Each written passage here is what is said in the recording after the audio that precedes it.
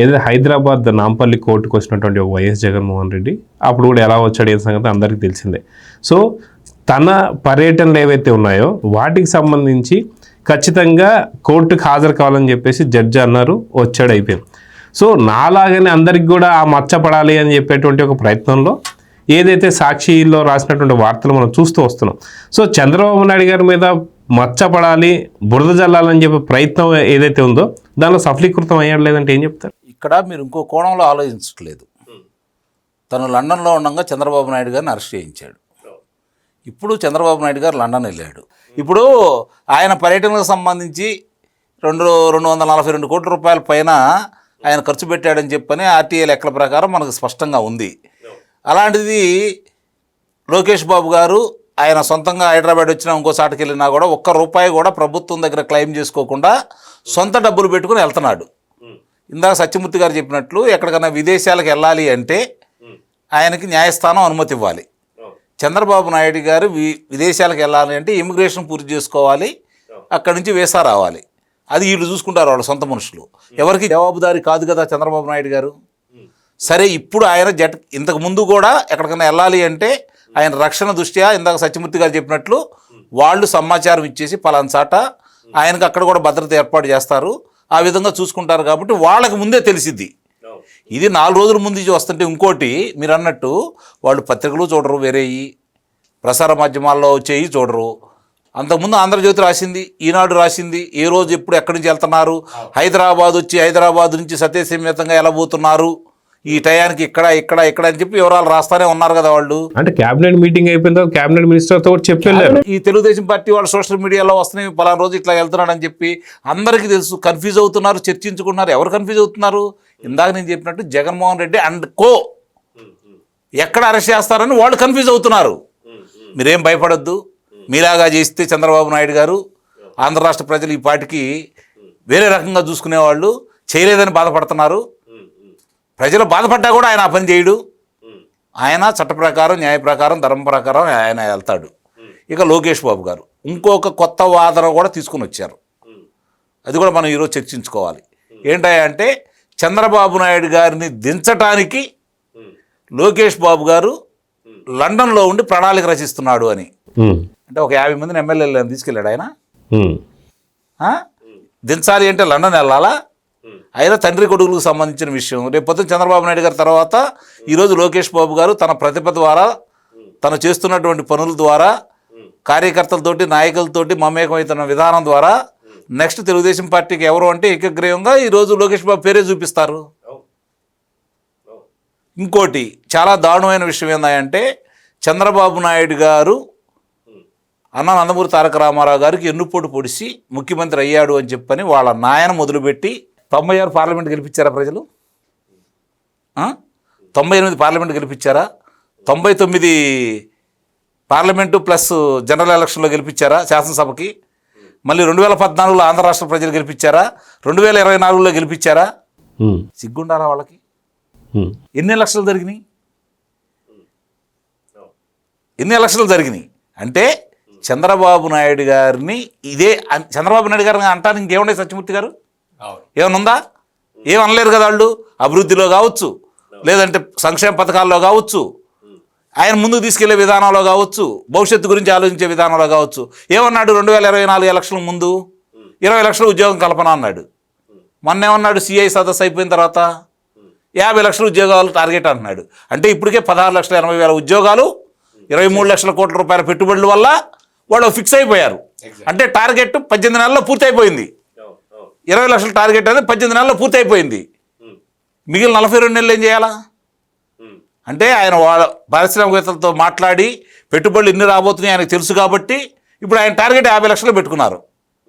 ఈ 50 లక్షల్లో 30 లక్షల మంది ఆంధ్ర రాష్ట్ర ప్రజలు, 20 లక్షల మంది బయట వాళ్ళు వచ్చారనుకోండి, రేపు ఆంధ్ర రాష్ట్ర పరిస్థితి ఏంటి? ఆయన అనుకున్నట్టు 2047 దాకా ఎదురు చూడాల్సిన పని లేదు కదా. ఇక్కడ విషయాలు స్పష్టంగా ప్రజలందరికీ తెలిసినా కూడా ప్రభుత్వ పరంగా చంద్రబాబు నాయుడు గారు తీసుకునే కార్యక్రమాలు ఆయన చేసుకుంటూ ముందుకెళ్తున్నాడు. ఈ మిగిలిన వాళ్ళు ఏ విధంగా ఎలా చేస్తున్నారని చెప్పి ఎప్పటికప్పుడు పర్యవేక్షణ చేస్తున్నాడు ఆయన. అమరావతిని ఏ విధంగా పూర్తి చేసుకోవాలి, లేకపోతే పోలవరాన్ని ఏ విధంగా చేసుకోవాలి, పరిశ్రమలు ఎలా తీసుకురావాలి, ఈ కార్యక్రమాల్లో తన మునకలై ఉండి ఆయన కొంచెం అంటే ఒక 10వ వంతు ఏళ్ళ మీద దృష్టి పెట్టాల్సింది ఆయన పెట్టలేకపోతున్నాడు. ఎక్కువ కూడా అక్కర్లా, రోజుకు 1 గంట ఏళ్ళ మీద దృష్టి పెడితే జింతాక తక జింతాక తాయిపోయింది అందరికీ. అందుట్లో ఎలాంటి సందేహం కూడా ఏమి లేదు. ఆ స్థాయి తెచ్చుకోకూడదని మనం కూడా కోరుకోవాలి. ఎందుకంటే వస్తున్న పెట్టుబడిని దృష్టిలో పెట్టుకొని జరిగే కార్యక్రమాలన్నీ జరుగుతున్నాయి కాబట్టి ఇలాంటి వాళ్ళని చట్టబద్ధంగా న్యాయబద్ధంగా వాళ్ళు చేసే కార్యక్రమాలకు ఏ విధంగా చెక్కు పెట్టాలో ఆయనకు తెలుసు కాబట్టి ఆ విధంగా ముందుకెళ్తున్నాడు. వీళ్ళ గురించి అసలు పట్టించుకోకపోవటం అనేది రైట్ వే. సత్యమూర్తి గారు కూడా చాలా సందర్భాల్లో చెప్పాడు. ఎందుకంటే వాళ్ళ గురించి ఎంత తక్కువగా మాట్లాడుకుంటే ఈరోజు అంత ఉపయోగం అంతంగా ఉంటుంది. ఎందుకంటే పదే పదే వాళ్ళ గురించి మాట్లాడుకుంటే జనం ఏమనుకుంటున్నారంటే అసలు అతను రాజకీయానికి పనికిరాడు, పరిపాలన చేయడం చేతగానాడు, అతను ఇంటికాడ కూర్చోబెట్టాం 11 స్థానాలకు ఇచ్చి, మీరెందుకు పదే పదే అతని గురించి మాట్లాడుతున్నారు? ప్రభుత్వాలకు ఏం పని లేదా? మంత్రులు ఎందుకు అలా మాట్లాడతారు? చేతనైతే తీసుకెళ్ళి లోన కూర్చోబెట్టండి, మీరు ఎందుకు మాట్లాడుతున్నారని చెప్పని ఈరోజు ప్రజలు నిలదీస్తున్నారు. ఇది వాస్తవం, నిస్సందేహంగా చెబుతున్నాను, ఇది వాస్తవం. ప్రజలు కోరుకుంటుంది వాడు చేసినటువంటి తప్పులకి శిక్షలు పడాలని కోరుకుంటున్నారు. లేకపోతే ఈ విధంగా మాట్లాడటం ఏంటి? ఈరోజు తిరుమల తిరుపతి విషయమైనా, పోలవరం విషయమైనా, అమరావతి విషయమైనా ఈరోజు కక్షపూరితంగా వాళ్ళ పిల్లల్ని జైల్లో పెడుతున్నారు, ఇబ్బంది పెడుతున్నారు అని వాళ్ళు మాట్లాడటం ఏంటి? ఎక్కడ కక్ష సాధిస్తున్నారు వీళ్ళు? రఘురామకృష్ణరాజు గారి లాగా మిమ్మల్ని ఎవరినన్నా తీసుకొని వచ్చి కొల్లబొడిసి ఏ కీలు తీసి పక్కన పెట్టేసి కూర్చోబెడుతున్నారా? లేదు కదా. మామూలుగా ఆయన ఇంటర్వ్యూ చేసినందుకు TV5 మూర్తి గారి మీద, చైర్మన్ గారి మీద, బిఆర్ నాయుడు గారి మీద, సాంబశివరావు గారి మీద, ABN ఆంధ్రజ్యోతికి సంబంధించి రాధాకృష్ణ గారి మీద, వెంకటకృష్ణ గారి మీద పెట్టినట్టు రాజద్రోహం కేసులు ఏమన్నా పెట్టారా? ఆయన దగ్గర తర్వాత వద్దాం. ముందు వీళ్ళు చేసిన దానికి సరే సత్యమూర్తి గారు ఎటు గుర్తు చేశారు కాబట్టి ఇది కంప్లీట్ చేసి మిగిలిన దానికి వెళ్దాం. రఘురామకృష్ణరాజు గారిని పుట్టినరోజు నాడే చంపేయాలని ఒక లోకసభ సభ్యుడినే తీసుకొచ్చి ఆ విధంగా బెదిరించేసి, చూశారా మా లోకసభ సభ్యుడినే చంపేశాం, ఎవడైనా మాకు అడ్డు వస్తే ఇదే పరిస్థితి ఎదుర్కొంటారు అని చెప్పని భయానక వాతావరణాన్ని సృష్టించి రాజ్యం ఏలాలని చెప్పని వాడు ప్రయత్నించిన విధానం కాదా? దాన్ని అంటారు దౌర్జన్యం అని చెప్పని.